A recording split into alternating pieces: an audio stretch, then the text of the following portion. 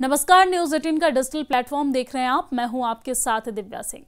अमेरिकी राष्ट्रपति Donald Trump की तमाम कोशिशों के बावजूद भी उन्हें नोबेल शांति पुरस्कार नहीं दिया गया।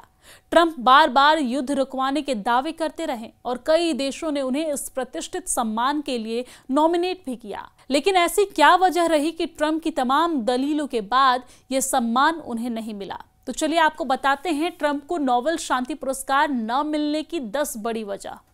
पहली वजह यह है कि ट्रंप की शांति विरोधी विदेश नीति। शांति पुरस्कार से उन लोगों को सम्मानित किया जाता है जो राष्ट्रों के बीच बंधुत्व को बढ़ावा देता है। ट्रंप का रिकॉर्ड अक्सर इसके विपरीत होता है। उन्होंने पेरिस जलवायु समझौते से नाता तोड़ लिया और WHO से हट गए, हथियार नियंत्रण संधियों को तार तार कर दिया और सहयोगियों पर टैरिफ युद्ध छेड़ दिए। उन्होंने नाटो का मजाक उड़ाया और संयुक्त राष्ट्र को छोटा किया और कूटनीति को ब्रांडिंग तक सीमित कर दिया। तो पहली वजह यह हो सकती है।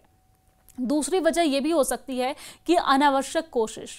नोबेल समिति खुलेआम चुनाव प्रचार से नफरत विरोध करती है। समिति का विचार है कि मान्यता दी जाती है, मांगी नहीं जाती। इसके विपरीत ट्रंप ने इस पुरस्कार को एक मिशन की तरह ले लिया। उन्होंने सहयोगियों से पैरवी लगाई और साथ ही साथ विदेशी नेताओं पर उन्हें नॉमिनेट करने के लिए दबाव डाला। यहां तक कि संकेत दिया है कि अगर ओस्लो ने उन्हें नजरअंदाज करना जारी रखा तो नॉर्वे को टैरिफ का सामना करना पड़ सकता है। नोबेल की राजनीति में हताशा आयोग ठहराती है। तीसरी वजह यह भी है कि ओबामा से तुलना करना उन्हें भारी पड़ गया है। जी हां, ओबामा को 2009 का नोबेल पुरस्कार मिला, जो उनके राष्ट्रपति कार्यकाल के सिर्फ 8 महीने बाद मिला। उनके प्रति ट्रंप की अशक्ति ने तब से उनके प्रयासों को प्रभावित कर दिया है। हर शिखर सम्मेलन, हाथ मिलाना और सौदे को इस बात का सबूत बताया गया है कि उन्होंने ओबामा से ज्यादा किया है, लेकिन नोबेल समिति बदले की कार्रवाई को बढ़ावा नहीं देती है। चौथी वजह यह भी है कि ट्रंप ने शांति को एक तमाशा बनाया। दरअसल ट्रंप ने शांति को एक प्रक्रिया नहीं बल्कि एक PR स्टंट की तरह देखा। अब्राहम समझौते, उत्तर कोरिया शिखर सम्मेलन और तालिबान वार्ता अक्सर स्थानीय प्रभाव के बजाय ज्यादा से ज्यादा सुर्खियां बटोरने के लिए तैयार किए गए थे। ओस्लो चमकदार फोटो ऑप्स की बजाय निरंतर संरचनात्मक योगदान को प्राथमिकता देता है। प्रतीकात्मक मायने रखती है, लेकिन ये सार की जगह नहीं ले सकती है।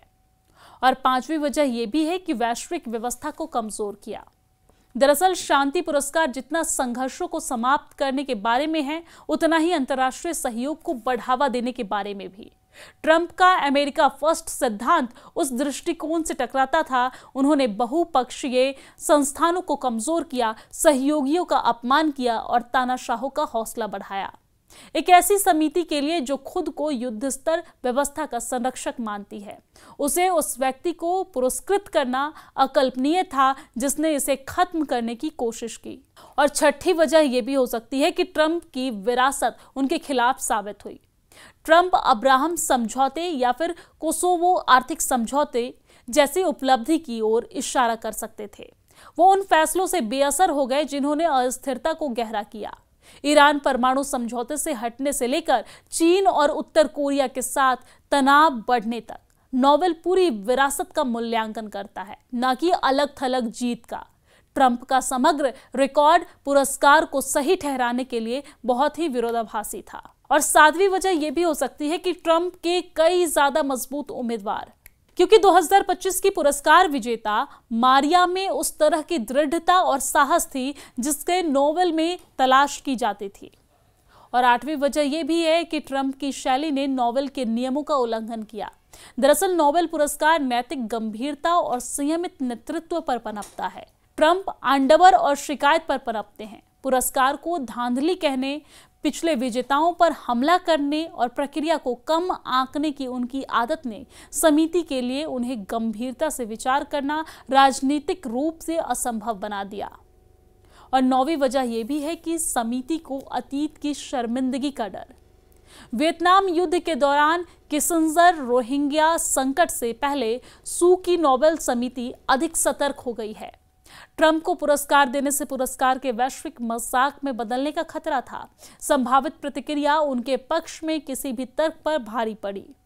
और 10वीं वजह यह भी है कि नॉवेल परिणामों से कहीं अधिक मूल्यों के बारे में है। चाहे वो कितने भी समझौते कर ले या कितनी भी युद्ध समाप्त करने का दावा कर ले, नॉवेल उनकी पहुंच से बाहर ही रहेगा।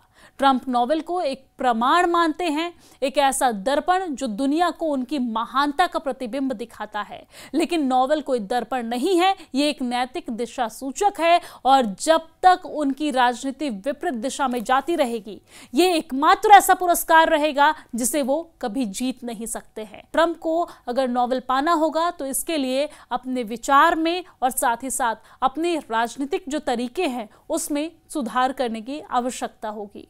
इस पर आपकी क्या राय है? ट्रंप को किस वजह से नोबेल पुरस्कार नहीं मिले, इसे आप किस तरीके से देखते हैं? कमेंट करके जरूर बताएं।